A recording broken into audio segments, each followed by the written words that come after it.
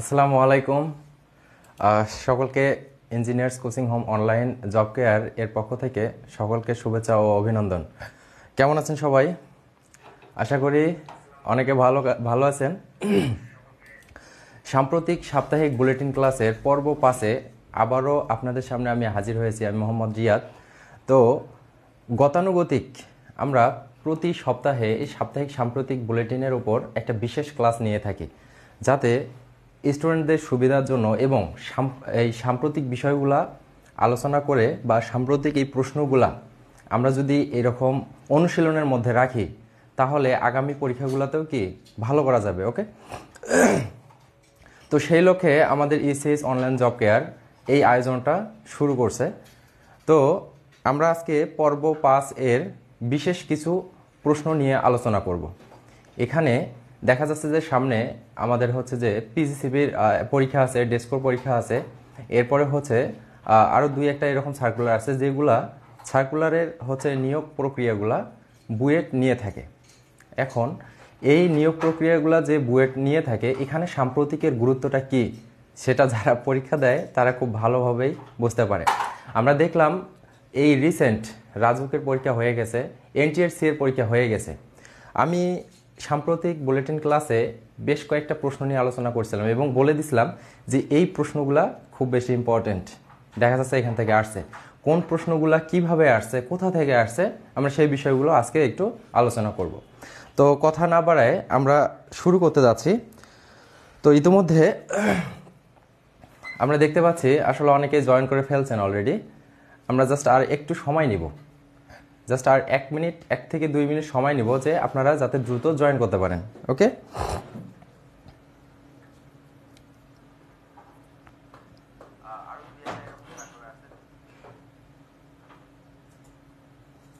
ওকে, আপনারা দ্রুত জয়েন করেন ফেলুন।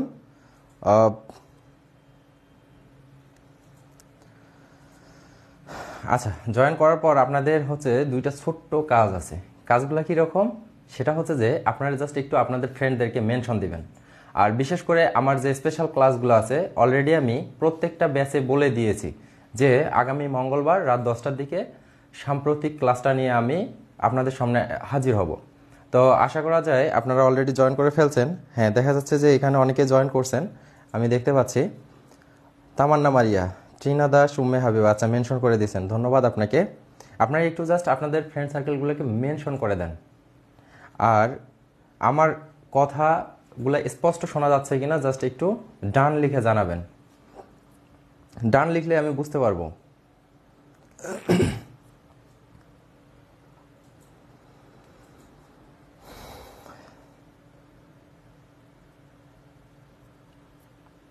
আর মাত্র 1 মিনিট, আর অল্প কিছুক্ষণের মধ্যে আমরা শুরু করব, সময় নষ্ট করব না।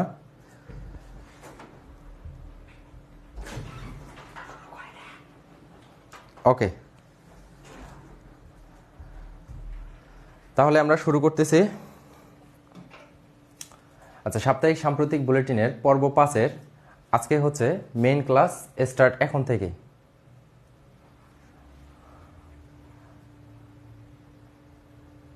আচ্ছা, উদ্বোধন অলরেডি হয়ে গেছে।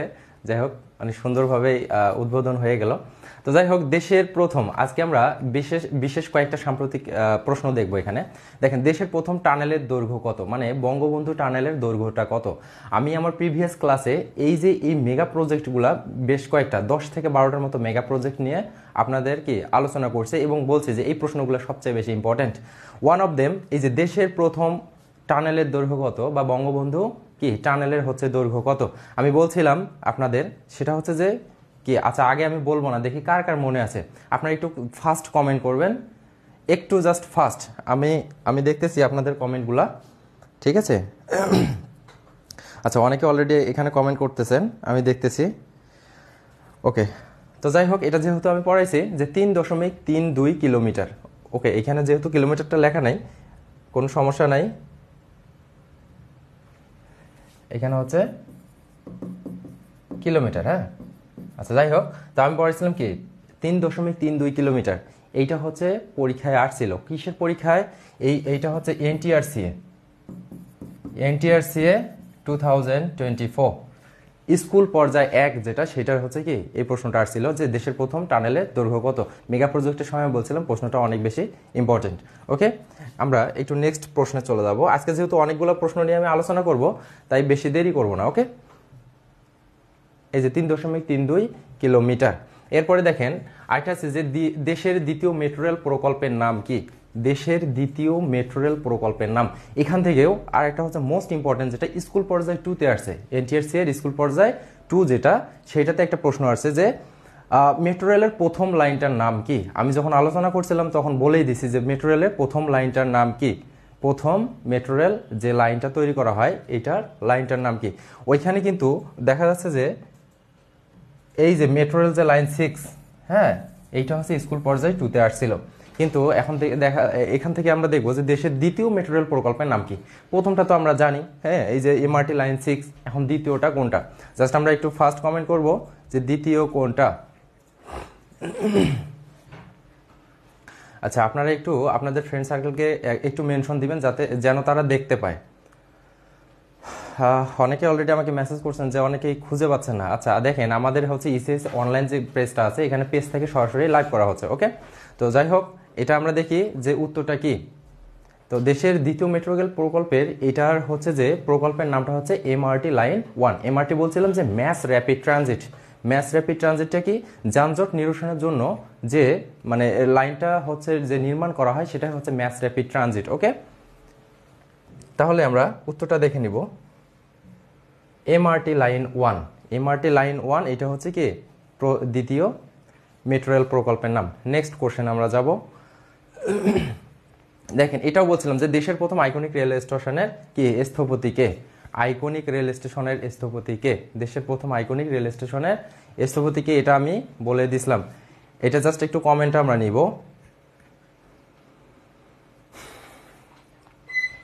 আচ্ছা, এটা বলে দিছিলাম যে মোহাম্মদ ফয়েজুল্লাহ। হ্যাঁ, এটার হচ্ছে অ্যান্সারটা কি মোহাম্মদ ফয়েজুল্লাহ। যেহেতু এই 3টে প্রশ্ন, 3টা থেকে 4টা প্রশ্ন যেগুলোতে আসছে আর কি, জাস্ট এই বিষয়গুলো নিয়ে একটু আলোচনা এই জন্য করলাম যে আমাদের হচ্ছে সাম্প্রতিক ক্লাসটা কাজে দিছে কি না।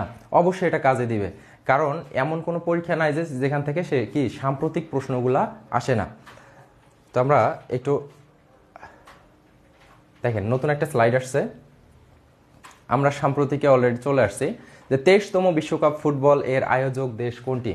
যেহেতু আসলে সাম্প্রতিক প্রশ্নের কি কোনো শেষ নাই, অনেক সাম্প্রতিক প্রশ্ন আছে, যার কারণে আমরা জাস্ট একটু আজকে দ্রুত দেখব, কারণ এই বিষয়গুলো একটু ডিটেলস আমি আলোচনা করব যে আরও গভীর থেকে প্রশ্ন আসলে কোথা থেকে আসতে পারে। ওকে, তাহলে এখন থেকে আমরা একটু কমেন্টটা নিব আমরা যে 23তম বিশ্বকাপ ফুটবল এর আয়োজক দেশ কোনটি। দেখেন, 23তম বিশ্বকাপ ফুটবলের আয়োজক দেশ কোনটি। এখানে কিন্তু 23তম দিয়েছে, তাই না? 22তমটা কি ছিল, 22তমটা আগের যেটা ছিল, এরপরে হচ্ছে কি 23তম। তাহলে 23তম বিশ্বকাপ ফুটবলের আয়োজক দেশ কোনটি, আমরা এটা একটু কমেন্ট নিব। হ্যাঁ, অনেকে বলতেছেন যে ডি, উপরের সবগুলো। আবার কোন কোন ব্যাচ থেকে কারা কারা দেখতেছেন একটু ব্যাচগুলো নাম উল্লেখ করবেন, ঠিক আছে, যাতে আমার চিনতে সুবিধা হয়। কারণ পরে গিয়ে দেখবো যে কারা কারা এই ক্লাসটা করছে আর কারা কারা করে নাই। অনেকে বলছে যে এই ক্লাসটা করবে, ঠিক আছে, বা অনেকে হচ্ছে মিস করে ফেলে, পরবর্তীতে বলে যে স্যার এরকম আমরা মানে এটা খুঁজেই পাইনি, ভিডিওটা হচ্ছে খুঁজেই পাইনি, বা কোন পেজ থেকে লাইভ হয়েছে আর কি। ওকে, 23তম বিশ্বকাপ ফুটবল এর আয়োজক দেশ কোনটি। ওকে, খুবই সহজ একটা প্রশ্ন এবং অনেক বেশি ইম্পর্টেন্ট, কারণ 23 বিশ্বকাপ যে ফুটবল যে আয়োজক দেশ সেটা হচ্ছে 3টা দেশ এখানে আছে। দেখেন যে যুক্তরাষ্ট্র, কানাডা এবং মেক্সিকো। অনেকেই আচ্ছা, চ্যাপ্টার 3 বাকি ভাই মেহেদি মিশুক T64 হাজিরা ডান। ওকে, ধন্যবাদ।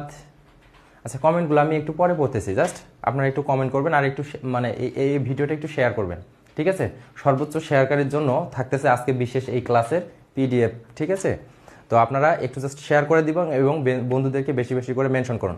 ওকে, তাহলে দেখি 23তম বিশ্বকাপ ফুটবল এর আয়োজক দেশ কোনটি। আমরা অনেকেই উত্তর লিখছেন যে হচ্ছে ওপরের সবগুলো। হ্যাঁ, এইটা এখন আমরা মনে রাখবো কিভাবে, আমি অলরেডি ক্লাসে বলেই দিছিলাম যে এইটা মনে রাখবো এইরকমভাবে। তাহলে এসটিতে হচ্ছে শর্ট টেকনিক।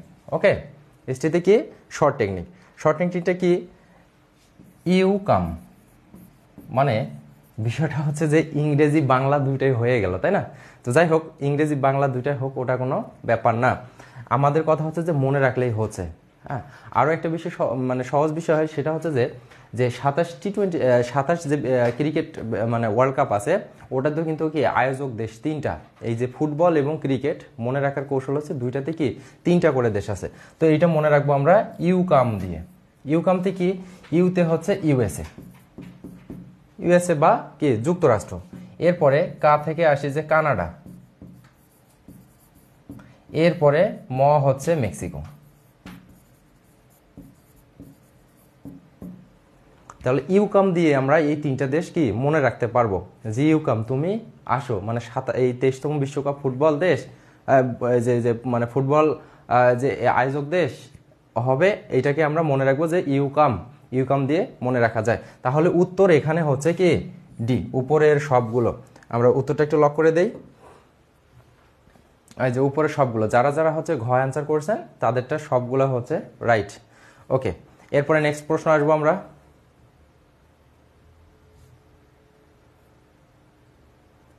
আচ্ছা, দেখেন যে মোট কতটি দল অংশগ্রহণ করবে 23তম বিশ্বকাপ ফুটবলে, হচ্ছে মোট কতটা দল অংশগ্রহণ করবে।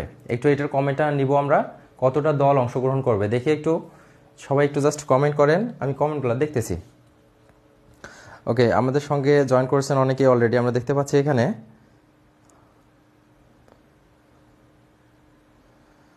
দেখি মোট কতটি দল অংশগ্রহণ করবে। MD Akash, S A Shamim Asif watching. Okay, Mehedi Mishuk 48টি দেশ, ওমর ফারুক নাহিদ বলছেন যে 48টি, মোহাম্মদ আকাশ বলছেন যে গ। যাই হোক, আপনারা হচ্ছে কমেন্ট করতে থাকুন। হ্যাঁ, যারা ইতিমধ্যে হচ্ছে কমেন্ট করছেন যে গ 48টা, সবারই অ্যান্সারটা হয়ে গেছে। তাহলে মোট কতটি দল অংশগ্রহণ করবে? আমরা জানি এই যে 23তম বিশ্বকাপ ফুটবলে মোট দল অংশগ্রহণকারী হচ্ছে কি 48টা। তাহলে এখানকার মধ্যে এটা লক করে দেই 48টা। যারা যারা অ্যান্সার করছেন সবগুলো হচ্ছে রাইট, 48টা দেশ অংশগ্রহণ করবে। ওকে, এরপরে দেখবো আমরা যে 2026 বিশ্বকাপের আসলে ভেন্যু কয়টি। এই দেখেন এইখানে কিন্তু 26 বিশ্বকাপ, এটা হচ্ছে 23তম। জাস্ট প্রথম প্রশ্নটা এই জন্যই ছিল, এখানে আছে 26 বিশ্বকাপ অথবা 23তম। এর আগে 22তম যেটা, সেটা ছিল কি 25 বিশ্বকাপ, ওটা ছিল ভেন্যু কোথায়, ভেন্যু হচ্ছে কাতারে। ওকে, তাহলে আমরা এখন দেখব যে 26 বিশ্বকাপও আসতে পারে, যে 26 বিশ্বকাপের ভেন্যু কয়টি, অথবা 23তম বিশ্বকাপের ভেন্যু কয়টি, একই প্রশ্ন। ওকে, যার কারণে আমরা প্রথম দুইটা এরকম একটু মানে ডিফারেন্ট টাইপ আমরা প্রশ্ন করার চেষ্টা করছি। ওকে, তাহলে 2026 বিশ্বকাপের ভেন্যু কয়টা, এটা একটু আমরা কমেন্ট নিব। আচ্ছা, মেহেদি মিশুক বলছেন ক, মেহেদি মিশুক T64 স্টুডেন্ট, অ্যাক্টিভ ছেলে, অনেক অ্যাক্টিভ। আচ্ছা, লিপন শর্মা বলছেন এ, মেহেদি মিশুক 16টি ভেন্যু, সোহাগ ক, নাইম ইসলাম হচ্ছে ক। আচ্ছা, আপনারা হচ্ছে যে কমেন্ট করার সাথে সাথে আর একটু শেয়ার দিয়ে রাখবেন, আপনাদের নিজেদের টাইম লাইনও শেয়ার রাখতে পারেন, কারণ এই আপডেট প্রশ্নগুলো লাগবেই।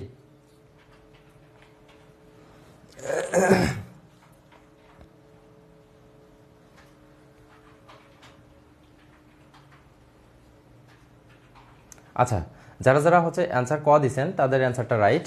আমরা এটা একটু ইয়া করে দিব, লক করে দিব।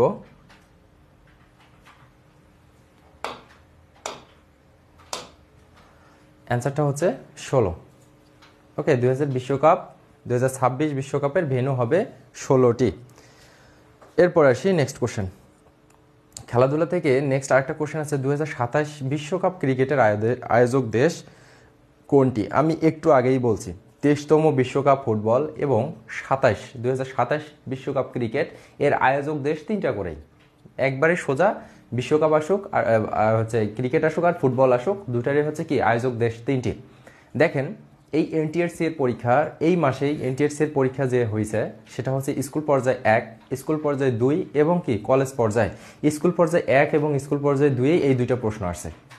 দুইটাই হচ্ছে এইটা আসছে যে 26 বিশ্বকাপ কোন কোন দেশে অনুষ্ঠিত হবে এবং 27 বিশ্বকাপ ক্রিকেটের আয়োজক দেশ কয়টি, দুইটা প্রশ্নই আসছে। যার কারণে দেখেন সাম্প্রতিককে ডিনাই করার বা সাম্প্রতিককে অ্যাভয়েড করার কোনো সুযোগ নাই। ওকে, তাহলে আমরা হচ্ছে এটার একটু অ্যান্সারটা দেখব। গুরুত্বপূর্ণ এই সাম্প্রতিকের এই ক্লাসটা আপনারা একটু শেয়ার করেন, নিজেদের টাইমলাইনে শেয়ার করেন এবং বন্ধুদেরকে একটু মেনশন করে দেন। মিঠুন মল্লিক, স্যার আমার কমেন্ট পড়েন না কেন? আচ্ছা, মিঠুন মল্লিক দা, আপনাকে অনেক ধন্যবাদ। যাই হোক, রাগান্বিত ইমোজি দিছেন, আপনার কমেন্ট পড়লাম, ভালোবাসা নেবেন। আচ্ছা, সবগুলো এই তো আবার T64 বলেই দিছে আর কি, আজান দিয়ে মনে রাখা যায় ভাই। হ্যাঁ ভাই শেখাইছিল। আচ্ছা, ধন্যবাদ আপনাকে মেহেদি মিশুক, আসলে বিষয়টা মনে রাখতে পারছেন। তাহলে আমি ক্লাসে অলরেডি বলে দিছি যে এটি কীভাবে মনে রাখা যায়। ওকে, আমি বলছিলাম যে আজান দিয়ে 2027 বিশ্বকাপ আমরা কি শুরু করব, মানে দেখা শুরু করব, ঠিক আছে? তাহলে এটাকে আমরা একটু শর্ট টেকনিকে মনে রাখবো। শর্ট টেকনিকটা কি? আচ্ছা, শর্ট টেকনিকটা এরকম। তাহলে শর্ট টেকনিকটা আগে আমরা একটু লিখে নেই। আপনারা একটু একটা কাজ করবেন, সেটা হচ্ছে এই ক্লাসের এই বিষয়গুলা আপনারা একটু নোট করার চেষ্টা করবেন। ওকে, কারণ পরবর্তীতে এইগুলা যারা বেশি মেনশন দিবে এবং শেয়ার করবে তাদের জন্য এই পিডিএফটা, স্পেশাল পিডিএফ তাদের জন্য আছে। কিন্তু শুধু পিডিএফ পড়লে হবে না, এই শর্ট টেকনিকগুলো ওইখানে কি লিখে রাখবেন। আর তাছাড়া আমাদের এটা রেকর্ডেড ক্লাস থাকবে, আপনারা হচ্ছে দেখে নিতে পারবেন। তো যাই হোক, শর্ট টেকনিকটা এটা কি, যে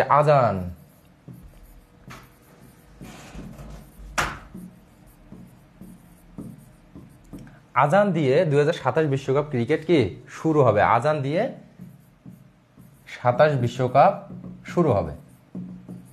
আচ্ছা, যাই হোক, আজান দিয়ে কি 27 বিশ্বকাপ শুরু হবে। এখানে আমার হচ্ছে মেন যেটা ফ্যাক্ট হচ্ছে এই আজানটা, এই ওয়ার্ডটাকে আমরা নিব যে আজান দিয়ে কি 27 বিশ্বকাপ শুরু হবে। এখন এটা কিভাবে আমরা মনে রাখতে পারবো? দেখেন, এইখানে হচ্ছে 3টা জিনিস আছে। ওকে, প্রথমে দেখেন যে দক্ষিণ আফ্রিকা, আতে হচ্ছে আফ্রিকা। আচ্ছা, আরেকটু জাস্ট কমেন্ট করবেন যে আমার কথা স্পষ্ট শোনা যাচ্ছে কিনা। যদি স্পষ্ট শোনা যায় তাহলে শুধু জাস্ট ডান কথাটা লিখে দিবেন। হ্যাঁ,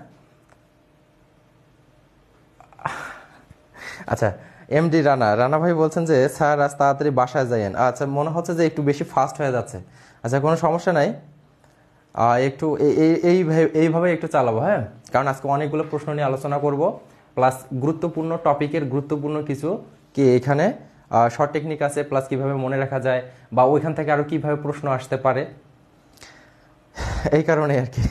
তো যাই হোক, ধন্যবাদ রানা ভাইকে। ওকে, ডান। আচ্ছা, অনেকে লিখছেন ডান। ওকে, ধন্যবাদ। তাহলে 2027 বিশ্বকাপ ক্রিকেটের আয়োজক দেশ কোনটি? দেখেন যে আজান দিয়ে 2027 বিশ্বকাপ শুরু হবে। এখানে আজানে হচ্ছে দক্ষিণ আফ্রিকা, যতে হচ্ছে জিম্বাবুয়ে,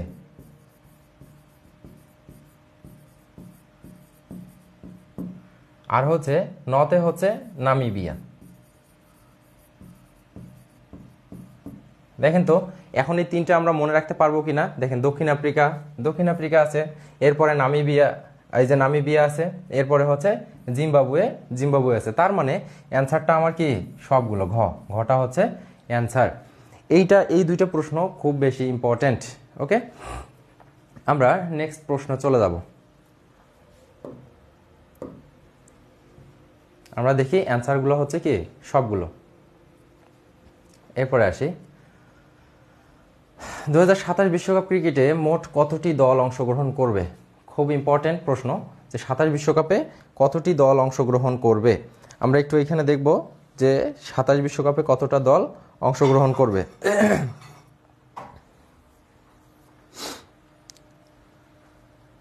আচ্ছা, সাজিদ বিশ্বাস ভাই বলছেন যে আজকে সেহরির আগ পর্যন্ত ক্লাস চলবে। ওকে, দেখা যাক।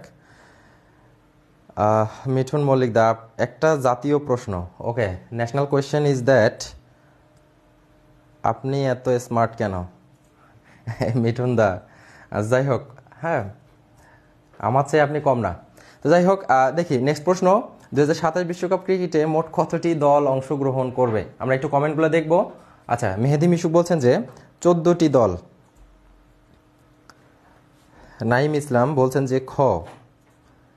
রেজওয়ান আলী, হ্যাঁ 14টি দল। মাসিদুল ইসলাম খ। জাহানারা খন্দকার যারা বলছেন যে 14। আচ্ছা, নতুন ব্যাচে যারা স্টুডেন্ট আছেন তারা একটু আমাদের যে নতুন ব্যাচগুলো তৈরি হয়েছে, হ্যাঁ, তাদেরকে একটু জাস্ট মেনশন করে দেন। যেন তারাও এই ক্লাসটা থেকে মাহরুম না হয়।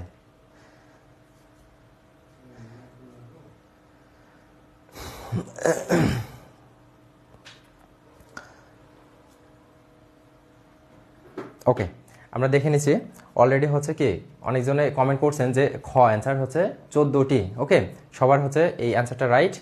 2027 বিশ্বকাপ ক্রিকেটে মোট কতটি দল অংশগ্রহণ করবে? এটা হচ্ছে 14টি দল। ঠিক আছে, এর আগে ছিল 10টি দল, এর আগে 26 বিশ্বকাপে ছিল 10টি দল, এবার হচ্ছে কি 4টা দল। এবার স্বাগতিক হচ্ছে কি আমি যে লিখেই দিলাম দক্ষিণ আফ্রিকা, জিম্বাবুয়ে এবং নামিবিয়া। এবং এখানে আরও একটা গুরুত্বপূর্ণ বিষয়, সেটা হচ্ছে যে নামিবিয়া এই প্রথম বিশ্বকাপ দেশের কি স্বাগতিক দেশ হিসেবে খেলতে যাচ্ছে। তবে হ্যাঁ, মানে ওই বাছাই পর্ব খেলে ওদেরকে অবশ্য আসতে হবে। যাই হোক, নেক্সট প্রশ্নে আমরা চলে যাব। 14টি, যারা অ্যান্সার দিয়েছেন 14টি, এটা রাইট। আচ্ছা, এরপরে আসি, দেখেন খুবই গুরুত্বপূর্ণ, মানে এত বেশি গুরুত্বপূর্ণ। এখানে হচ্ছে যে সংস্থা এবং সংগঠন, দেখেন যে ন্যাম সম্পর্কিত একটা প্রশ্ন আসছে, মানে ইচ্ছা মতো স্টার মার্ক দেওয়ার মতো একটা প্রশ্ন, মানে এত বেশি গুরুত্বপূর্ণ। তাহলে বলছে যে জোট নিরপেক্ষ আন্দোলন, এটা হচ্ছে বাংলা। ওকে, তাহলে ইংলিশটা কি? ইংলিশটা হচ্ছে ন্যাম হচ্ছে কি non aligned movement,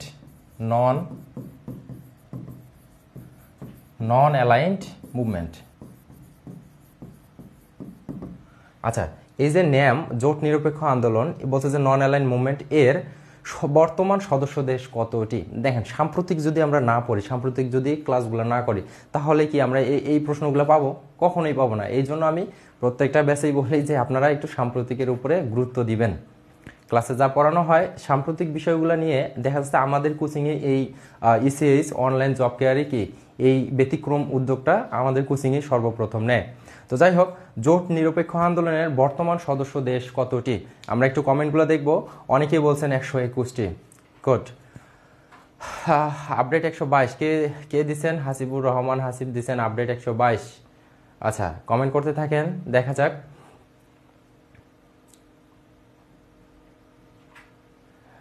Nilima Niladri রংধনু 121। আচ্ছা, আমি এখানে কমেন্ট দেখতেছি। মোহাম্মদ নাজমুল হুদা দিচ্ছেন যে ক, তারপরে হচ্ছে যে তামান্না মারিয়া দিচ্ছেন 121, শাহিন আলম 121, এ এম ফরহাদ দিচ্ছেন যে এ। ওকে, ধন্যবাদ সকলকে। আমরা এখানে দেখব যে জোট নিরপেক্ষ আন্দোলন, এখান থেকে আরও কয়েকটি ইম্পর্টেন্ট প্রশ্ন দেখব যে ন্যাম, আসলে ন্যামটা কি? জোট নিরপেক্ষ আন্দোলন বা নন অ্যালাইন মুভমেন্ট, এইটা গঠিত হয় 1961 সালে। ঠিক আছে, এখান থেকে আরও কয়েকটা ইম্পর্টেন্ট প্রশ্ন দেখব যে কত সালে এটা গঠিত হয়? 1961 সালে। 1961 সালে এটা কি বেলগ্রেড সম্মেলনের মাধ্যমে এটা প্রতিষ্ঠিত হয়। 1961 সালে কি হয়? বেলগ্রেড সম্মেলনের মাধ্যমে। তাহলে এখানে আরো একটা জিনিস অ্যাড করে নেব যে এই যে বেলগ্রেড সম্মেলনের মাধ্যমে কি হয়? ন্যাম প্রতিষ্ঠিত হয়। ন্যামের যে 121টা সদস্য আছে, আমরা এখান থেকে আরেকটা দেখব যে ন্যামের একটা বার্তা সংস্থা আছে। নতুন একটা প্রশ্ন, যদিও এখানে অ্যাড করা নাই, আমি বলে দিচ্ছি আর কি, যার কারণে বলছে যে কিছু কিছু নোট আমি দিব, এই জিনিসগুলো নোট করে রাখবেন। ন্যামের বলছে যে বার্তা সংস্থা, ন্যামের একটা বার্তা সংস্থা আছে NNN। ঠিক আছে, ন্যামের বার্তা সংস্থা হচ্ছে NNN। এখন এটা কি? সেটা হচ্ছে ন্যাম নিউজ নেটওয়ার্ক। আচ্ছা, এটা লিখে দিচ্ছে, সেটা হচ্ছে ন্যাম নিউজ নেটওয়ার্ক। এইটা হচ্ছে ন্যামের বার্তা কি সংস্থা। আমরা যদি এরকম একটু কোভিডের প্রশ্ন, অবশ্য এটা একদম ডিপ কোয়েশ্চেন, তাহলে ন্যাম যদি আসে যে ন্যামের বার্তা সংস্থার নাম কি? ন্যামের বার্তা সংস্থার নাম একদম সোজা, সেটা হচ্ছে কিভাবে মনে রাখবেন? এই যে ন্যামে দেখেন, ন্যামে আছে তিনটা লেটার বা তিনটা বর্ণ আছে, তাহলে বার্তা সংস্থাটাও হচ্ছে তিনটা এন দিয়ে। ন্যাম শুরু হয়েছে কি এন দিয়ে, তাহলে এইখান থেকে আমরা মনে রাখবো কি তিনটা এন দ্বারাই হচ্ছে এর বার্তা সংস্থাটা NNN বা ন্যাম নিউজ নেটওয়ার্ক। ওকে, তাহলে এখান থেকে আরো একটা প্রশ্ন দেখব যে এর সর্বশেষ সদস্য দেশ কোনটি? আচ্ছা, যারা 121টা বলছেন, 121টা রাইট। এর সর্বশেষ সদস্য দেশ হচ্ছে দক্ষিণ সুদান। ন্যামের সর্বশেষ যে সদস্য দেশ, এটা হচ্ছে দক্ষিণ সুদান। আরেকটা বিষয় এখানে, আচ্ছা এখন আপনাদের একটু বলতে হবে যে আসলে ন্যামের মানে কি যেন বলো, সদর দপ্তর কোথায়? আপনারা একটু কমেন্ট করেন। একটু ড্রিঙ্কস ব্রেক আর কি, যে ন্যামের সদর দপ্তর কোথায়?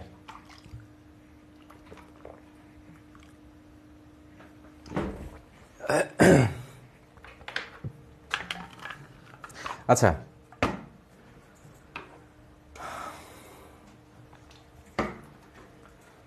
আচ্ছা ন্যামের প্রশ্নটা এরকম ছিল যে ন্যামের সদর দপ্তর কোথায়। আমরা দেখব যে ন্যামের দেখি সদর দপ্তরটা কে পারে। ন্যামের সদর দপ্তর কোথায়? ন্যাম থেকে এই বিষয়টা অনেক বেশি গুরুত্বপূর্ণ। আচ্ছা, আমরা দেখতেছি অনেকে এখানে কমেন্ট করছেন ন্যামের সদর দপ্তর নেই, সদর দপ্তর নাই, সদর দপ্তর নাই। ওকে, যারা বলছেন যে সদর দপ্তর নাই সবারটাই হচ্ছে রাইট আনসার। ন্যামের আসলেই কোনো সদর দপ্তর নাই, যারা বলছেন সবারটাই সঠিক। এর কোনো কি নাই? সদর দপ্তর নাই। আচ্ছা, সদর দপ্তর নাই। আচ্ছা, এইরকম সদর দপ্তর নাই এরকম আরও কয়েকটা সংস্থা আছে বা সংগঠন আছে, আমরা হচ্ছে সেগুলো দেখব। যেমন সদর দপ্তর নাই এরকম হচ্ছে G7, G20, তারপরে হচ্ছে G77, এরপরে হচ্ছে ন্যাম। ন্যামের কোনো সদর দপ্তর নাই। হ্যাঁ, ন্যাম নাই, মনে রাখবেন। তাহলে আরও এর সাথে এই কয়েকটা মনে রাখবেন যে এই কয়েকটার কি সদর দপ্তর নাই। তাহলে এখান থেকে আমরা দেখেন প্রশ্ন লিখলাম একটা, জোট নিরপেক্ষ আন্দোলনের বর্তমান সদস্য দেশ কয়টা? শুধু 121টা পড়লে হইতো, বা সর্বশেষ সদস্য দেশ কোনটি? দক্ষিণ সুদান, এটা বললে হইতো। এত কিছু দরকার ছিল? এখন আপনারাই দেখেন যে এত কিছু দরকার আছে কি না। কারণ আমি বলছি ন্যামটা যে জোট নিরপেক্ষ আন্দোলন, এখানে রাখেন, জোট নিরপেক্ষ আন্দোলন এটা হচ্ছে যে অনেক বেশি ইম্পর্টেন্ট একটা টপিক। ওকে, তাহলে এখান থেকে আমরা নতুন একটা জিনিস পাইছি, সেটা হচ্ছে প্রতিষ্ঠিত হয়, এরপরে হচ্ছে এটা কি বার্তা সংস্থার নাম, এরপরে হচ্ছে এর হচ্ছে সদর দপ্তরটা। ওকে, তাহলে ইন্দোনেশিয়ার হচ্ছে বান্দুং, হ্যাঁ বান্দুং একটা সম্মেলনের মাধ্যমে এই ন্যামটা প্রতিষ্ঠিত হয়। ইন্দোনেশিয়ার বান্দুং সম্মেলন। যদি বলে যে কোন সম্মেলনের মাধ্যমে ন্যাম প্রতিষ্ঠিত হয়, তখন আমরা বলবো যে ইন্দোনেশিয়ার বান্দুং সম্মেলনের মাধ্যমে। আচ্ছা, বান্দুং সম্মেলন কেন বলা হয়? সোজা কথা, ইন্দোনেশিয়ার একটা জায়গার নাম হচ্ছে বান্দুং, বা শহরটার নাম হচ্ছে বান্দুং। ওই বান্দুং একটা হচ্ছে সম্মেলন হয় বা কনফারেন্স, ওই কনফারেন্সের মাধ্যমে যেটা গঠিত হয় সেটা হচ্ছে কি ন্যামের বান্দুং সম্মেলন, সোজা হিসাব। ওকে, তাহলে এরপরে আমরা দেখব হচ্ছে নেক্সট প্রশ্ন।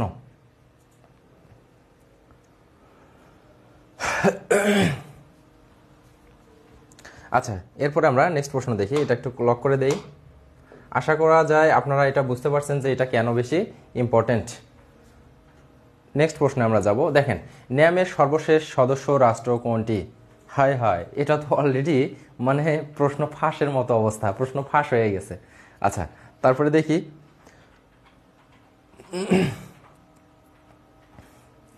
সর্বপ্রথম এই ছেলেটা খুবই অ্যাক্টিভ, মাসিদুল ইসলাম, T65, হ্যাঁ অনেক বেশি অ্যাক্টিভ। তো যাই হোক, হ্যাঁ কমেন্ট করেন একটু, দেখতেছি আমি যে ন্যামের সর্বশেষ সদস্য রাষ্ট্র কোনটি। আমরা একটু কমেন্টগুলো দেখব বেশি বেশি। আচ্ছা, মাঝখানে আরেকটা বলি যে একটু লাইভটা শেয়ার করবেন এবং নিজেদের টাইম লাইনে রেখে দিবেন, একটু মেনশন দিবেন, এই আর কিছু না। আচ্ছা, শিহাব উদ্দিন, ওকে।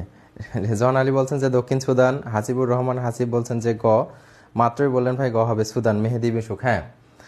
তো এটা তো কোশ্চেন, আসলে কোশ্চেন ফাঁস হয়ে গেছে, এটা তেমন মানে কঠিন কিছু না। আমি বলেই দিছি যে ন্যামের কি একটু আগে ন্যাম সম্পর্কে ডিটেলস লিখেই দিলাম, যে ন্যামের সর্বশেষ সদস্য রাষ্ট্র হচ্ছে কি দক্ষিণ সুদান, তাই না?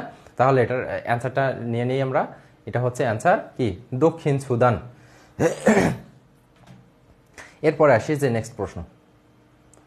দেখেন, এখানে সংস্থা এবং সংগঠনের মধ্যে আরেকটা প্রশ্ন আছে যে 17 ফেব্রুয়ারি 2024 আফ্রিকান ইউনিয়নের চেয়ারপারসন হিসেবে দায়িত্ব পালন করেন কে? এইটা একটু হচ্ছে কঠিন প্রশ্ন, যে আফ্রিকান ইউনিয়ন হিসেবে দায়িত্ব পালন করেন কে। দেখেন তো এই প্রশ্নটা একটু আপনাদের কাছে মানে কমন লাগে কিনা, যদিও একটা আনকমন বা একটু হচ্ছে কঠিন প্রশ্ন, তারপর প্রশ্নটা অনেক ইম্পর্টেন্ট। ওকে, দেখেন যে 17 ফেব্রুয়ারি 2024, এই যে মানে 17 ফেব্রুয়ারি গত মাসের কথাই আর কি, যে আফ্রিকান ইউনিয়ন, EU হচ্ছে আফ্রিকান ইউনিয়নের চেয়ারপারসন হিসেবে দায়িত্ব পালন করেন কে?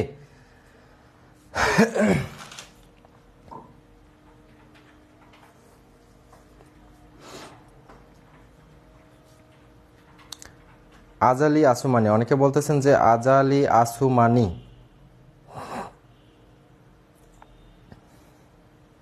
আচ্ছা, মোহাম্মদ আউলদ গাজওয়ানি। আচ্ছা, নীলিমা নীলাদ্রি রংধনু বলছেন গ নম্বর অপশন, সেটা হচ্ছে মোহাম্মদ আউলদ। আউলদ হচ্ছে গাজওয়ানি। আউলদ গাজওয়ানি। আচ্ছা, আজালি আসুমানি বলছেন যে শাহিন আলম বলছেন আজালি আসুমানি, অনেকে বলছেন যে গ। এই প্রশ্নটা একটু ক্রিটিক্যাল, হ্যাঁ। আচ্ছা, এটার আরেকটা ইয়ে আছে যে অর্গানাইজেশন অফ আফ্রিকান ইউনিয়ন। আচ্ছা, এখান থেকে আগে ডিটেলস প্রশ্নগুলো লিখে দিই, হ্যাঁ। প্রশ্নগুলো এরকম যে আফ্রিকান ইউনিয়ন এইটার যদি আসে যে পূর্ব নাম কি, এখান থেকে আর কয়েকটা ডকুমেন্টস আপনারা জাস্ট একটু টুকে রাখবেন যে আফ্রিকান ইউনিয়নের পূর্ব নাম হচ্ছে অর্গানাইজেশন অফ আফ্রিকান ইউনিয়ন, মানে OAU। তাহলে এটা কি বললাম যে অর্গানাইজেশন অফ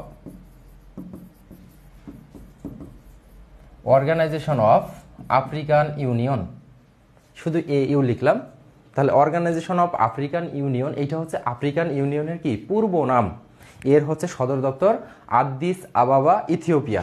আচ্ছা, এখানে সদর দপ্তরটাও লিখে রাখেন যে সদর দপ্তর আদ্দিস আবাবা, আদ্দিস আবাবা, ইথিওপিয়া। আচ্ছা, আদ্দিস আবাবা, ইথিওপিয়া, এটা হচ্ছে কার? এর হচ্ছে সদর দপ্তর। ওকে, তাহলে এই যে 17 ফেব্রুয়ারি যেটা বললাম যে 2024 আফ্রিকান ইউনিয়নের চেয়ারপারসন হিসেবে দায়িত্ব পালন করেন কে? তাহলে আফ্রিকান ইউনিয়নের এখান থেকে আমরা দুইটা প্রশ্ন পাইলাম যে এটার পূর্ব নাম কি? অর্গানাইজেশন অফ কি আফ্রিকান ইউনিয়ন, এবং এর হচ্ছে সদর দপ্তর কে আদ্দিস আবাবা। এখন কাম টু দ্য পয়েন্ট, আমাদের হচ্ছে প্রশ্নটা ছিল যে চেয়ারপারসনের দায়িত্ব পালন করেন কে? এখন উত্তরটা আমরা দেখি।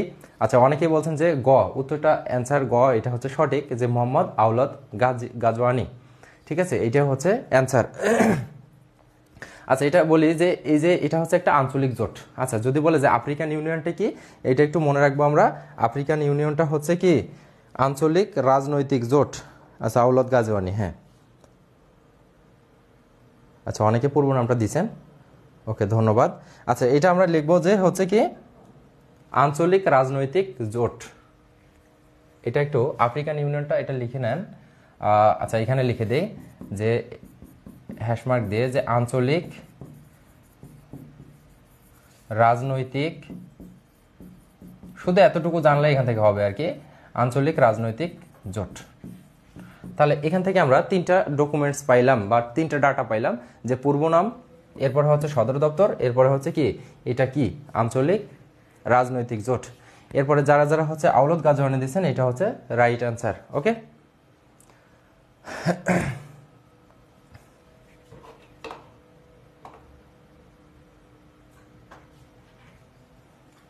ওকে, তাহলে এটা আমরা লক করে দিলাম।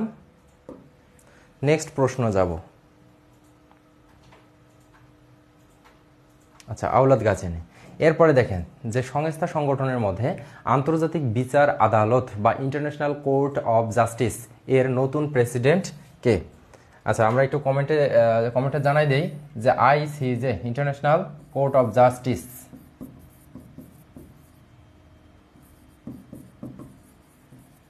ইন্টারন্যাশনাল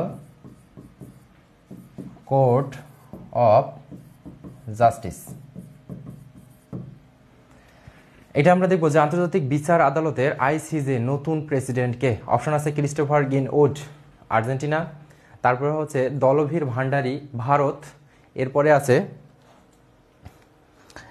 হচ্ছে পিটার টমকা, মোজাম্বিক, আর নওয়াফ সালাম, লেবানন। আচ্ছা, MD নাইম ইসলাম বলছেন ভালোবাসার আরেক নাম রিয়াদ স্যার। ধন্যবাদ আপনাকে, ভালোবাসা নেবেন, আপনার প্রতি ভালোবাসা থাকলো। আচ্ছা, এরপরে সদর দপ্তর আদ্দিস আবাবা, ইথিওপিয়া। মেহেদি মিশুক, এতগুলো ভালোবাসা, তাই কালকে ক্লাস না গেলেও হবে, অনেক অনেক পড়া শিখলাম। কালকে ক্লাস না গেলেও হবে মানে কালকে অবশ্যই আসতে হবে, এই সাম্প্রতিকের সাথে সাথে ক্লাসগুলো করতে হবে। ক্লাসে এর বেশি দেখবেন যে আরও বেশি ডিটেলস আলোচনা করতেছি, কারণ এখানে হচ্ছে একটা ফিক্সড টাইম, তো এখানে আলোচনায় ওইরকমভাবে তেমন সুযোগ নাই।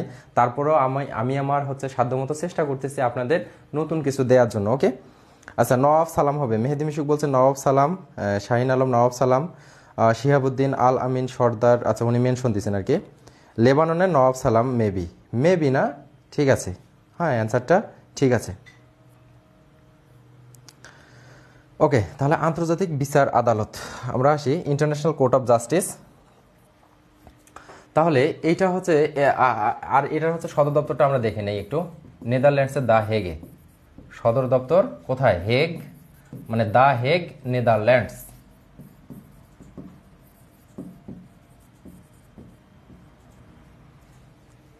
দেখেন এটা হচ্ছে জাতিসংঘ কর্তৃক কি প্রতিষ্ঠিত হয়। একটা বিষয় এখানে আপনাদের বলি, সেটা হচ্ছে যে জাতিসংঘের মূল অঙ্গ সংস্থা আছে 6টা, ওয়ান অফ দেম আন্তর্জাতিক আদালত হচ্ছে একটা। মূল অঙ্গ সংস্থা যে 6টা আছে কি কি?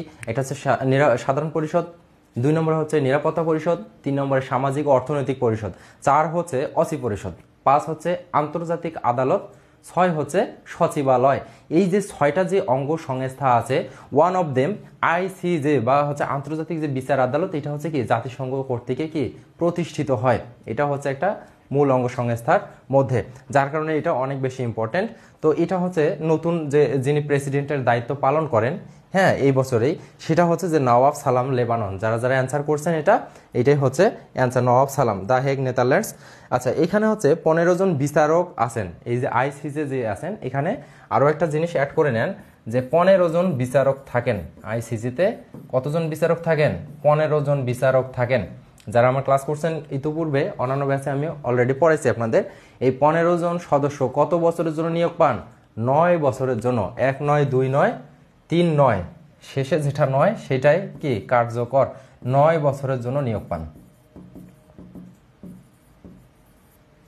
9 বছরের জন্য। তাহলে 15 জন এখানে বিচারক সংখ্যা থাকেন বা আছেন, এবং কি তারা হচ্ছে 9 বছরের জন্য নিয়োগ পান। আচ্ছা, তাহলে এটার অ্যান্সারটা হচ্ছে কি নওয়াব সালাম। একটু মনে রাখবেন, নওয়াব সালাম লেবানন, লেবাননের কি আন্তর্জাতিক বিচার আদালতের নতুন প্রেসিডেন্ট নওয়াব সালাম লেবানন। কয়েকবার পড়তে পড়তেই হয়ে যাবে। এরপরে আমরা নেক্সট প্রশ্নে যাই। এই দেখেন, নওয়াব হজরত সালাম লেবানন। আচ্ছা, এরপরে নেক্সট প্রশ্ন আসি আমরা, সেটা হচ্ছে যে আন্তর্জাতিক কৃষি উন্নয়ন তহবিল, হ্যাঁ international fund for agricultural and development, এর বর্তমান সদস্য দেশ কতটি? একদম রিসেন্ট প্রশ্ন, হ্যাঁ আমরা একটু এটা দেখব যে ইফাদের বর্তমান সদস্য দেশ কতটি? 9 বছরের জন্য নিয়োগ পায়। আচ্ছা, রেজওয়ান আলী বলছেন বিচারক থাকে 15 জন, 9 বছরের জন্য নিয়োগ পান। Good, very good sir. আমাদের বাংলাদেশে আন্তর্জাতিক আদালতগুলো কি বলছেন বুঝতে পারিনি আর কি। আচ্ছা, যাই হোক, এরপরে দেখি আন্তর্জাতিক কৃষি উন্নয়ন তহবিল, এর বর্তমান কি সদস্য দেশ কতটি? আমি এখানে একটা জিনিস লিখে দেই, সেটা হচ্ছে যে ইফাদের হচ্ছে পূর্ণরূপটা, ইফাদের হচ্ছে পূর্ণরূপটা আমরা দেখি যে ইন্টারন্যাশনাল ফান্ড ফর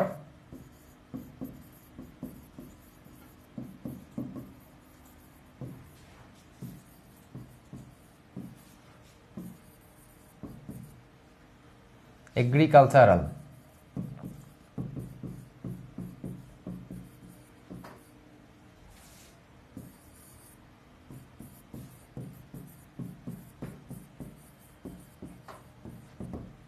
দেখেন, international fund for agricultural and development, এটা হচ্ছে কি Ifad, international fund for agricultural and development, Ifad. তাহলে ইফাদেরটা আমরা দেখব একটু। এটা হচ্ছে ইফাদ হচ্ছে আন্তর্জাতিক কৃষি উন্নয়ন তহবিল, আন্তর্জাতিক কৃষি উন্নয়ন তহবিল। এটা যদি আমরা সদর দপ্তর দেখি, সদর দপ্তর হচ্ছে রোম, ইতালি। আচ্ছা, সদর দপ্তরটা লিখে দিই যে রোম, ইতালি। দেখেন, একটা প্রশ্নের ভিতরে আমরা প্রশ্ন আলোচনা করতেছি একটা, কিন্তু কয়েকটা হচ্ছে কি এখানে ইম্পর্টেন্ট বিষয় নিয়ে আলোচনা করতেছি। তাহলে এইখানে সদর দপ্তর কি বললাম যে রোম, ইতালি।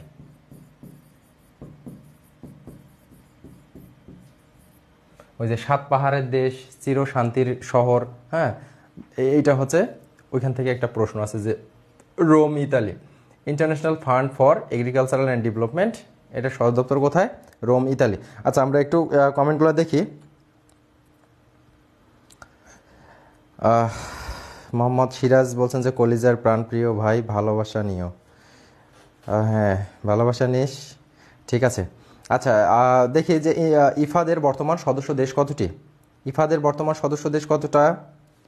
হ্যাঁ, রেজওয়ান আলী বলছেন যে আচ্ছা খ, হ্যাঁ 180, অনেকে বলছেন 180। মেহেদি মিশু বলছেন 177টা, জানতাম, আপডেট হয়েছে কিনা জানি না। হ্যাঁ অবশ্যই আপডেট হয়েছে, 177টা ছিল, তাহলে তার মানে এটা আপডেট 178টা। হ্যাঁ, আলভারো লেরিও, যেটা হ্যাঁ স্পেনের হচ্ছে নাগরিক, ইনি হচ্ছেন এখন বর্তমান প্রেসিডেন্ট আর কি, ইফাদের বর্তমান প্রেসিডেন্ট। তো যাই হোক, বর্তমান প্রেসিডেন্ট স্পেনের নাগরিক হচ্ছে আলভারো লেরিও। এটা যদিও এখন দরকার নাই, শুধু এখান থেকে লাগবে যেটা, সেটা হচ্ছে সদস্য দেশ কতটি? 178টা। তাহলে এখান থেকে আমরা নেই, এটা হচ্ছে লক করে দেই, সেটা হচ্ছে 178টা।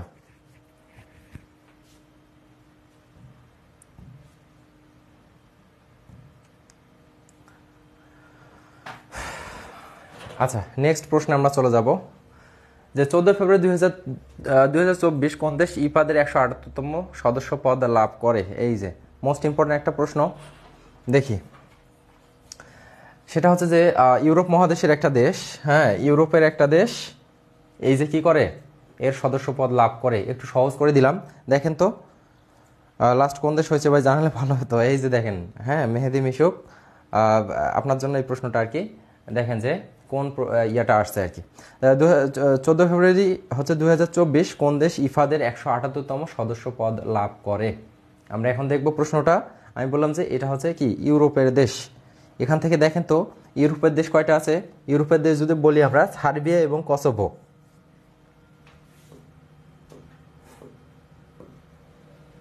এই যে সার্বিয়া এবং হচ্ছে কি কসোভো, এই দুইটা হচ্ছে ইউরোপের দেশ, অ্যান্সার।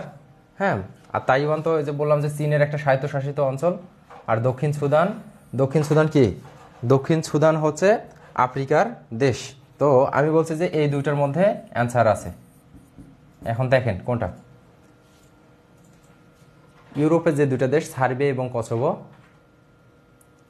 প্রশ্ন মুখে রয়ে গেল, তার আগেই উত্তর ডান। আচ্ছা, দেখেন সার্বিয়া এবং কসোভো।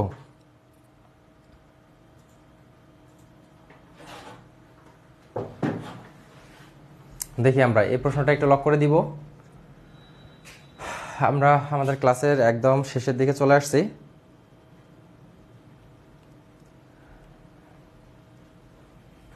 আচ্ছা, এই প্রশ্নটা হচ্ছে উত্তর হচ্ছে সার্বিয়া। ওকে, এটা আমি ইয়া করে দিলাম, লক করে দিলাম। এটা হচ্ছে উত্তর কি সার্বিয়া, ইউরোপের দেশ সার্বিয়া। এটা হচ্ছে কি 178তম দেশ হিসেবে কি সদস্য পদ লাভ করে, কিসের? ইফাদের। ইফাদের 178তম সদস্য দেশ সার্বিয়া। আমরা নেক্সট প্রশ্নে দেখব। দেখেন এখানে আছে সম্মেলন, এরপরে আছে যে কনফারেন্স বা সম্মেলন। সম্মেলন থেকে এবার প্রশ্ন আসছে যে বিশ্ব বাণিজ্য সংস্থার মন্ত্রী পর্যায়ে 13তম সম্মেলন কোথায় অনুষ্ঠিত হয়? হ্যাঁ, বিশ্ব বাণিজ্য সংস্থা, most important, world trade organisation, যেটা WTO। এটা কি world trade organisation, world trade organisation, world trade organisation. তাহলে বলছে বিশ্ব বাণিজ্য সংস্থার মন্ত্রী পর্যায়ে 13তম সম্মেলন কোথায় অনুষ্ঠিত হয়? আমরা একটু কমেন্টগুলো দেখি যে 13তম সম্মেলনটা কোথায় অনুষ্ঠিত হয়। আচ্ছা, আগে আমি 12তমটা বলে দেই। 12তম যেটা সম্মেলন হয়, হ্যাঁ 12তম হয় হচ্ছে নূর সুলতান। নূর সুলতানের হচ্ছে কিসের ইয়া, সেটা হচ্ছে কাজাখস্তানের রাজধানীর নাম হচ্ছে নূর সুলতান। নূর সুলতান, কাজাখস্তান। আমি ইতিপূর্ব জিকে ক্লাসে দেখা যাচ্ছে যে জিকে ক্লাসের যে ব্যাচগুলো আছে ম্যাক্সিমাম ক্লাসেই আমি আপনাদের হচ্ছে এই যে মানে মধ্য এশিয়ার যে দেশ 5টা আছে, 5টা বা হচ্ছে 6টা, আজারবাইজানকে যদিও কাউন্ট করা হয় না, তারপরে হচ্ছে আজারবাইজান সহ লিখে দিয়েছে, আপনাদের হয়তোবা মনে আছে। আচ্ছা, মেহেদি মিশুক বলছেন, আচ্ছা দেখি। হ্যাঁ, ওয়ার্ল্ড ট্রেড অর্গানাইজেশনের লাস্ট সম্মেলন হয় গ অপশন আরব আমিরাত। হ্যাঁ, এর আগে 12তম যে সম্মেলনটা হয়, এই 12তম সম্মেলনটা হয় হচ্ছে কোথায়? নূর সুলতান কি কাজাখস্তান। আমি আপনাদের হচ্ছে যে মধ্য এশিয়ার দেশগুলো লিখে দিছিলাম, কিভাবে মনে রাখা যায়। আচ্ছা, কিভাবে মধ্য এশিয়ার দেশগুলো কিভাবে মনে রাখা, মধ্য এশিয়ার দেশ থেকে হচ্ছে রাজধানীটা ইম্পর্টেন্ট। আমি কি আপনাদের বলে দিব যে মধ্য এশিয়ার দেশগুলো কিভাবে মনে রাখা যায় সাথে রাজধানী সহ? জাস্ট একটু যদি কমেন্ট করেন তাহলে বলবো, আদারওয়াইজ বলবো না, এটা স্কিপ করে যাব।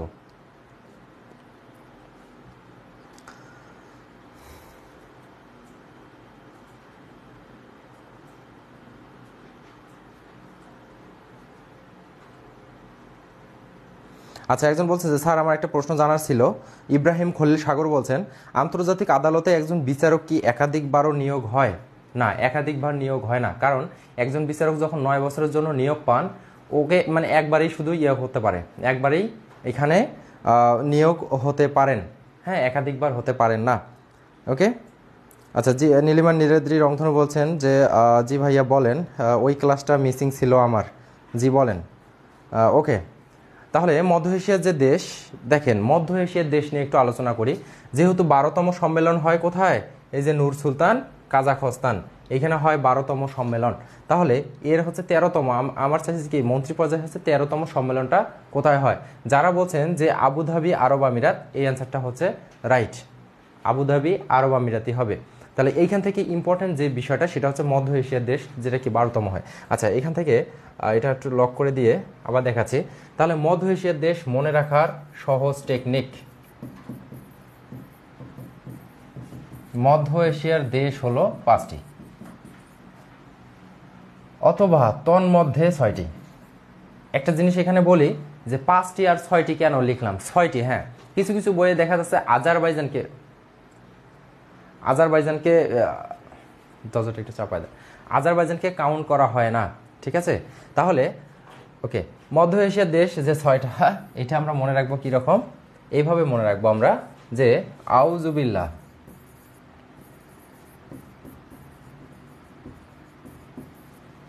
কাকের তাবিজ তুই নিয়েছিস,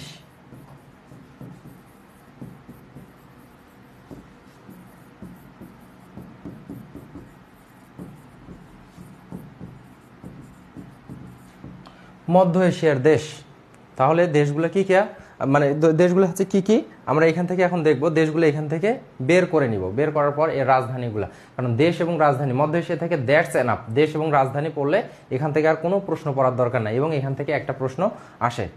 ওকে, অতি বাতাসে নূর নবী দোয়া পড়ে, জাহাঙ্গীর খন্দকার যারা কি কি সরি জাহানারা খন্দকার যারা বলছেন, উজবুক কাকির তরজা। আচ্ছা, যে যেভাবে আর কি মনে রাখতে পারেন। আর হচ্ছে রাজধানীটা অতি বাতাসে নূর নবী দোয়া পড়ে। আচ্ছা, আউজুবিল্লাহ এখান থেকে কি, আচ্ছা দেশ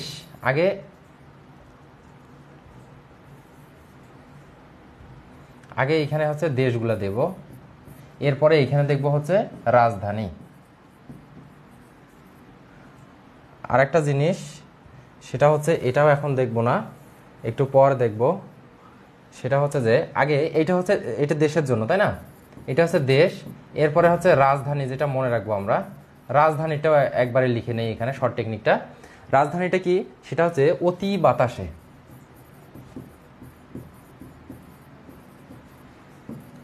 যেহেতু এটা হচ্ছে অনেক বেশি ইম্পর্টেন্ট, নূর নবী দোয়া পড়ে, অতি বাতাসে নূর নবী দোয়া পড়ে। তাহলে এইখানে আসি দেশ, এখানে হচ্ছে রাজধানী। বিষয়টা ইম্পর্টেন্ট জন্য লিখে দিচ্ছি, নয়তো লিখে দিতাম না। আচ্ছা, এরপরে আসি, দেখেন এই যে আ থেকে হচ্ছে আজারবাইজান,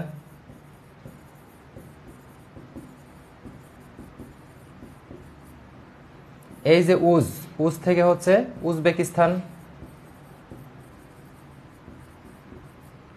এরপরে হচ্ছে কাতে হচ্ছে কাজাখস্তান, এরপরে হচ্ছে কির থেকে হচ্ছে কিরগিস্তান,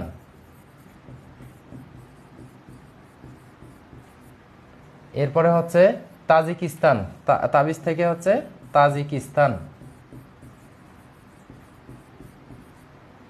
এরপরে তুই থেকে তুর্কমেনিস্তান।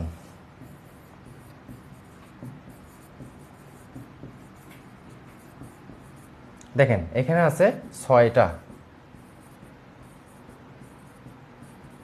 কোনো কোনো বইয়ে আমি বলছিলাম যে আজারবাইজানকে কাউন্ট করা হয় না। কেন কাউন্ট করা হয় না? কারণ কাস্পিয়ান সাগরের বাম পাশে হচ্ছে আজারবাইজান, ঠিক আছে।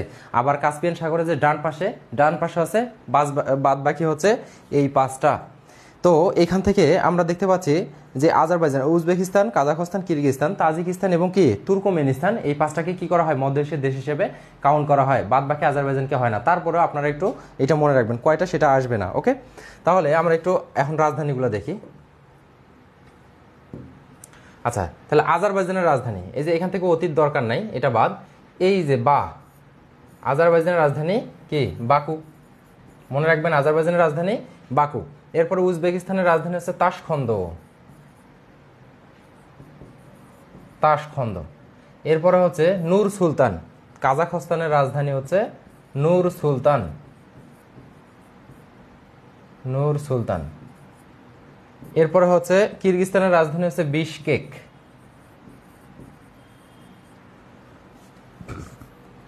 দুশানবে। তাজিকিস্তানের রাজধানী হচ্ছে দুশানবে। এরপরে যে আছে, থেকে হচ্ছে আশখাবাদ।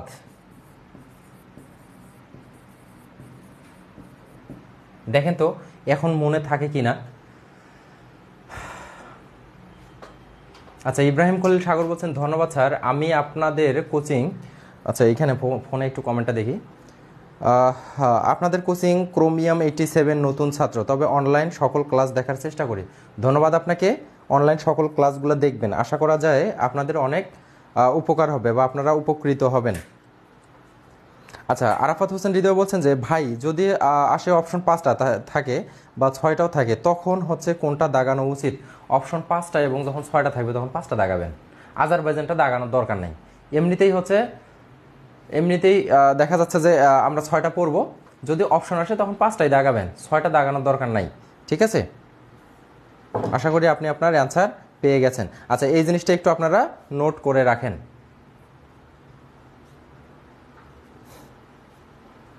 একটু সময় দিলাম আর কি, জাস্ট আপনারা একটু নোট করে রাখবেন। ওকে, আর কয়েকটা প্রশ্ন নিয়ে আমরা আলোচনা করব, একদম ক্লাসের শেষ পর্যায়ে চলে আসছি। রিপোর্ট সমীক্ষা, আচ্ছা শেষ হবে কি না? আবুধাবি এবং আরব আমিরাত, হ্যাঁ আবুধাবির আরব আমিরাতে এটা সম্মেলন হয়। এরপরে দেখব নেক্সট প্রশ্ন আমরা দেখব যে ওয়ার্ল্ড ট্রেড অর্গানাইজেশন মন্ত্রী পর্যায়ে 13তম সম্মেলন অনুষ্ঠিত হয় কবে? হ্যাঁ, এটা একটু অবশ্য ডিফিকাল্ট প্রশ্ন, একটু কঠিন প্রশ্ন, মানে মনে রাখা খুব দায়। তাহলে এইটার অ্যান্সার হবে 26 থেকে 29 ফেব্রুয়ারি 2024। এটার তেমন কোনো শর্ট টেকনিক নাই। 26 থেকে 29 ফেব্রুয়ারি কি 2024 ওয়ার্ল্ড ট্রেড হচ্ছে 13তম সম্মেলন কোথায় হয়? তাহলে 12তম সম্মেলন হচ্ছে নূর সুলতান, কাজাখস্তান দেখাই দিলাম, যার কারণে মধ্য এশিয়ার দেশ কথাটা আসছে। ওকে, এরপর আমরা নেক্সট কোশ্চেন চলে যাব। দেখি নতুন আরেকটা স্লাইডে যে রিপোর্ট সমীক্ষা 2023 সালের বৈশ্বিক গণতন্ত্র সূচকে শীর্ষ দেশ কোনটি? 2023 সালের বৈশ্বিক গণতন্ত্র কি সূচক বলছে। আচ্ছা, বৈশ্বিক গণতন্ত্র সূচকটা কি? বৈশ্বিক গণতন্ত্র সূচকে এইখানে আছে এই রিপোর্টটা যেটা আছে, বৈশ্বিক গণতন্ত্র যে রিপোর্ট প্রকাশ করে, এটা হচ্ছে নতুন একটা আছে যে যুক্তরাজ্য ভিত্তিক সাপ্তাহিক পত্রিকা দ্য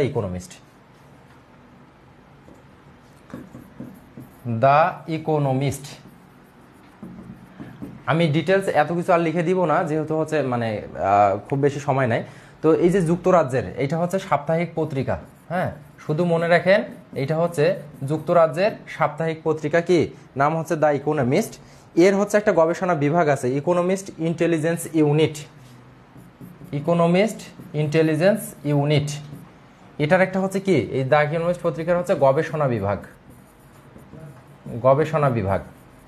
ওকে, এই যে গবেষণা যে বিভাগ আছে EIU, ইকোনমিস্ট ইন্টেলিজেন্স ইউনিট, এর গবেষণা বিভাগটাই হচ্ছে কি এই যে বৈশ্বিক গণতন্ত্র সূচকটার রিপোর্ট প্রকাশ করে। এখন বৈশ্বিক গণতন্ত্র সূচকের যে রিপোর্টটা, এটা কয়েকটা বিষয়ের উপর ডিপেন্ড করে। যেমন হচ্ছে সরকারের হচ্ছে রাজনৈতিক কাঠামো, এরপরে সরকার হচ্ছে গণতান্ত্রিক ব্যবস্থা, এরপরে হচ্ছে নাগরিকদের হচ্ছে সুবিধা। তো এই দিক থেকে দেখা যাচ্ছে যে এই যে সরকারের রাজনৈতিক বিষয়গুলো কি প্রাধান্য বেশি পাচ্ছে। বাংলাদেশে এইটার হচ্ছে সূচকে 2টা হচ্ছে রিপোর্ট সমীক্ষা আছে, আমরা দেখব। তো শুধু এখান থেকে আমরা মনে রাখবো বৈশ্বিক গণতন্ত্র সূচকে শীর্ষ দেশ কোনটি। আমরা উত্তরটা একটু দেখব যে বৈশ্বিক গণতন্ত্র সূচকে শীর্ষ দেশটা কোনটা। তাহলে দেখি একটু বৈশ্বিক গণতন্ত্র সূচকের শীর্ষ দেশ কোনটা?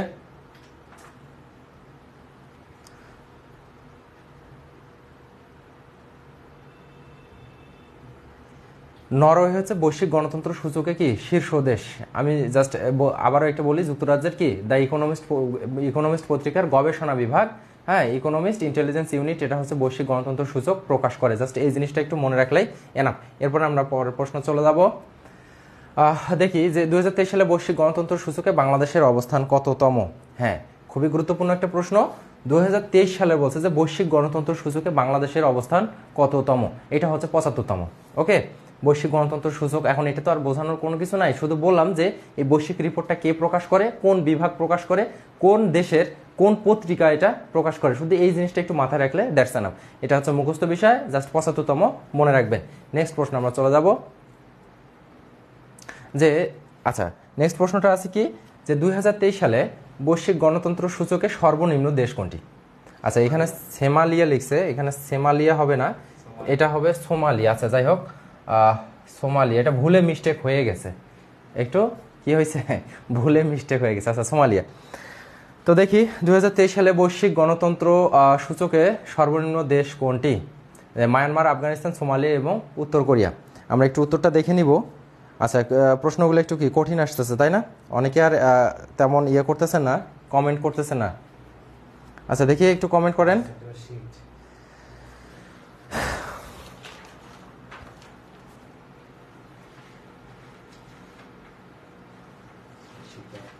আচ্ছা, সোমালিয়া, হ্যাঁ, 2023 সালে বৈশ্বিক গণতন্ত্র সূচকে সর্বনিম্ন দেশ বলছি আমি। হ্যাঁ, সর্বনিম্ন দেশ সোমালিয়া না, সর্বনিম্ন দেশ হচ্ছে কি আফগানিস্তান। যারা সোমালিয়া দিচ্ছেন, সোমালিয়া হবে না, এটা হচ্ছে আফগানিস্তান। ওকে, তাহলে আমরা একটা অ্যান্সারটা দেখে নেই। এটা হচ্ছে কি আফগানিস্তান, অ্যান্সার হচ্ছে আফগানিস্তান। ওকে, আচ্ছা, নেক্সট প্রশ্ন চলে যাই আমরা। নেক্সট প্রশ্নটা আছে শীর্ষ দুর্নীতিগ্রস্ত দেশ কোনটি? দেখেন, রিপোর্ট সমীক্ষা থেকে মোস্ট ইম্পর্টেন্ট একটা যে শীর্ষ দুর্নীতিগ্রস্ত দেশ কোনটি। খুবই সাম্প্রতিক একটা বিষয় যে বাংলাদেশের একটা জাহাজ কি হয়, ছিনতাই হয়। খুবই কি একদম সাম্প্রতিক বিষয় যে কোন দেশের হচ্ছে জলদস্যুরা এই জাহাজটা ছিনতাই করেন, জাহাঙ্গীর সাহেব? অবশ্যই সোমালিয়ান। তাহলে আমরা ওইখান থেকে মনে রাখবো যে শীর্ষ দুর্নীতিগ্রস্ত দেশ হচ্ছে কি সোমালিয়া। হ্যাঁ, অনেকে বলছেন যে সোমালিয়া, অ্যান্সারটা সঠিক। আচ্ছা, নেক্সট প্রশ্ন আমরা চলে যাব। অ্যান্সারটা দেখি, এখানে অ্যান্সারটা হচ্ছে সোমালিয়া। আচ্ছা, এরপরে যদি আসি যে কম দুর্নীতিগ্রস্ত দেশ কোনটি, দেখেন তো কম দুর্নীতিগ্রস্ত দেশ, হ্যাঁ সোমালিয়া। যারা অ্যান্সার করছেন সোমালিয়া, আপনাদের সবারটাই হচ্ছে রাইট। এখন বলেন যে কম দুর্নীতিগ্রস্ত দেশ কোনটি? হ্যাঁ, আমরা দেখব যে হ্যাঁ কম দুর্নীতি, হ্যাঁ শান্তির দেশ না, কম দুর্নীতিগ্রস্ত দেশ আমরা দেখব। দেখি এটা একটু কমেন্টটা নিব যে কম দুর্নীতিগ্রস্ত দেশ। শীর্ষটা তো সোমালিয়া, এটা আমরা সবাই জানি, তাই না? এখন যদি কমটা জানি কি? আচ্ছা, ডেনমার্ক। আচ্ছা, অনেকে বলতেছেন ডেনমার্ক, ফিনল্যান্ড, অনেকে বলতেছেন ফিনল্যান্ড। ওকে, অনেকে ডি। আচ্ছা, যাই হোক, এটা হচ্ছে যে ডিফারেন্ট অ্যাঙ্গেলে হচ্ছে ইয়ে আসতেছে, ডিফারেন্ট অ্যান্সার আসতেছে। এটা হবে না, এটা হচ্ছে ডেনমার্ক। যারা অ্যান্সার বলছেন যে ডেনমার্ক, আপনাদেরটা হচ্ছে রাইট অ্যান্সার। হ্যাঁ, ডেনমার্ক যারা বলছেন সেটা হচ্ছে রাইট অ্যান্সার। আমরা উত্তরটা দেখে নিব। এই যে ডেনমার্ক। ওকে, ডেনমার্ক হচ্ছে রাইট অ্যান্সার। এর পরের প্রশ্ন আমরা যাব। রিয়াদ মাহমুদ প্রশ্ন করছেন যে জাহাঙ্গীরকে সামনে বসাইছিস? না, জাহাঙ্গীরকে আমি সামনে বসাইনি, সে অলরেডি সামনে বসে আছে। হ্যাঁ, তো যাই হোক, এরপর আসি নিম্নক্রম অনুযায়ী বাংলাদেশের অবস্থান কততম। মোস্ট ইম্পর্টেন্ট প্রশ্ন একটা যে নিম্নক্রম অনুযায়ী বাংলাদেশের অবস্থান কততম। এটা নিয়ে আরেকটু হচ্ছে ডিটেলস প্রশ্ন আছে। আগে 2022 সালে, ঠিক আছে, 2022 সালে এটার হচ্ছে নিম্নক্রম অনুযায়ী ছিল কত, 12তম। কিন্তু 2023 সালে যে রিপোর্ট সমীক্ষা, ওইটা অনুযায়ী হচ্ছে 10ম। মানে এটা আরও একটু কমে আসতেছে। আর এই দুর্নীতির রিপোর্ট যেটা প্রকাশ করে সেটাকে বলা হয় টিআই। মনে রাখবো, দুর্নীতির প্রকাশ যে করে, দুর্নীতির সূচক যেটা প্রকাশ করে সেটা হচ্ছে টিআই। জার্মানির বার্লিন ভিত্তিক একটা কি বেসরকারি সংস্থা টিআই, বা ট্রান্সপারেন্সি ইন্টারন্যাশনাল। এইটা হচ্ছে কি করে, ট্রান্সপারেন্সি ইন্টারন্যাশনাল যেটা, সেটা হচ্ছে যে এই দুর্নীতির রিপোর্টটা প্রকাশ করে। তো 2022 সালে ছিল 12তম, তার মানে 2023 সালে হচ্ছে 10ম। আচ্ছা, এটার অ্যান্সার হচ্ছে 10ম। এরপরে যদি আসি নেক্সট প্রশ্ন, এটা একটু লক করে দিলাম। আচ্ছা, এই যে 10ম আসছে। এরপরে আসি, দেখেন যে ঊর্ধ্বক্রম অনুযায়ী বাংলাদেশের অবস্থান কততম। দেখেন, এর আগে ঊর্ধ্বক্রম অনুযায়ী বাংলাদেশের অবস্থান কততম সেটা আমরা যদি দেখি একটু, টিআই আন্তর্জাতিক, হ্যাঁ, এখান থেকে আরও একটু ডিটেলস আলোচনা করতাম যে বাংলাদেশের হচ্ছে দুর্নীতি রিপোর্ট প্রকাশ করে কে, বাংলাদেশের দুর্নীতি রিপোর্ট প্রকাশ করে টিআইবি বা ট্রান্সপারেন্সি ইন্টারন্যাশনাল অফ বাংলাদেশ, যেটা প্রতিষ্ঠিত হয় 1996 সালে। এর অফিস হচ্ছে আগারগাঁতে। তো এত ডিটেলস আজকে দেওয়ার সময় নাই, একদম শেষের দিকে চলে আসছি। আজকে রিপোর্ট সমীক্ষা পর্যন্তই করবো আর কি, আলোচনা করব।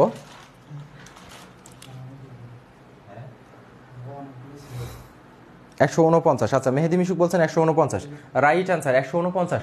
2022 সালের ঊর্ধ্বক্রম অনুযায়ী বাংলাদেশের অবস্থান ছিল 147তম, এখন সেটা হয়ে দাঁড়িয়েছে কি 149তম। ওকে, তাহলে উত্তরটা আমরা লক করে দিচ্ছি। নেক্সট প্রশ্ন, এই যে 149তম। এরপরে আসি আন্তর্জাতিক থেকে। আচ্ছা, আন্তর্জাতিক থেকে আজকে এটা হচ্ছে লক করে দেই। দেখা যাচ্ছে যে আমরা ক্লাসের শেষে চলে আসছি। আমার ইচ্ছা ছিল আরও বেশি হচ্ছে যে প্রশ্নগুলো আপনাদের সঙ্গে আলোচনা করা। তো ক্লাস টাইমটা একটু জাস্ট মানে সংক্ষিপ্ত, তো 1 ঘন্টা। আবারও ইনশাআল্লাহ আপনাদের সামনে আমি হাজির হব। তার আগেই শেষে আরেকটা বিষয় অ্যাড করাই যায়। আচ্ছা, শেষে আরেকটা বিষয় নিয়ে শুধু কথাবার্তা বলবো।